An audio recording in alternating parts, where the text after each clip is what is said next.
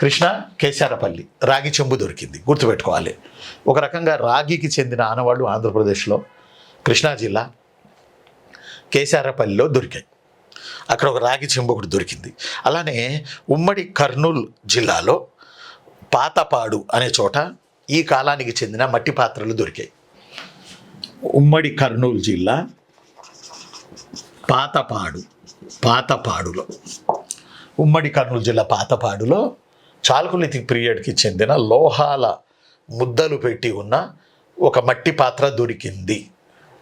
రాగి ముద్దలు ఉన్న ఒక మట్టి పాత్ర దొరికింది.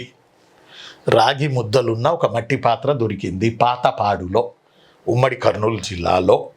ఈ రెండు ప్రధానంగా మన దగ్గర చాల్కోలిథిక్ పీరియడ్కి చెందినటువంటి ఆనవాళ్లుగా నమోదయ్యాయి. చాల్కోలిథిక్ పీరియడ్ అని అంటే మళ్ళీ చెప్తున్నా 80% రాయి, 20% వచ్చేమో ఈ మెటల్ కాపర్. ఈ రెండు కలగలిస్తే 80+20 కలగలిస్తే చాల్కోలిథిక్ పీరియడ్ అంటే రాయి ప్రాధాన్యం తగ్గుతూ మెటల్ ప్రాధాన్యం మొదలైన దశ. అర్థమైందా అండి? ఈ దశనండి ఏమంటారండి అంటే చాల్కోలిథిక్ పీరియడ్ అని అంటారు.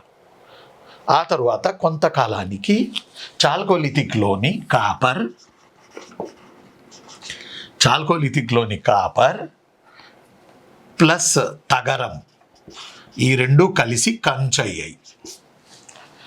కాపర్ ప్లస్ తగరం ఈ రెండు కలిసి ఏమయ్యాయి చిన్ను? కంచు అయ్యాయి. అప్పుడు ఈ కంచు యుగ నాగరికతే మన ఇండియాలో ఇండస్ వ్యాలీ. ఈ కంచు బ్రాంజ్ ఏజ్ సివిలైజేషన్. రవి కొంచెం ఇది కొంచెం సౌండ్ రాకుండా చూడండి. బ్రాంజ్ ఏజ్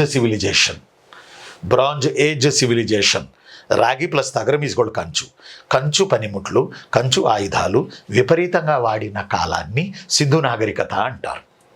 ఇండియాలో అంటే ఎక్కడ? నార్త్ వెస్టర్న్ పార్ట్ ఆఫ్ ఇండియాలో అంటే ఎక్కడండి? ఏమండి? నార్త్ వెస్టర్న్ పార్ట్ ఆఫ్ ఇండియాలో. ఇదంతా మన అందరికీ తెలిసిందే. ఇదంతా ఇండస్ వ్యాలీ.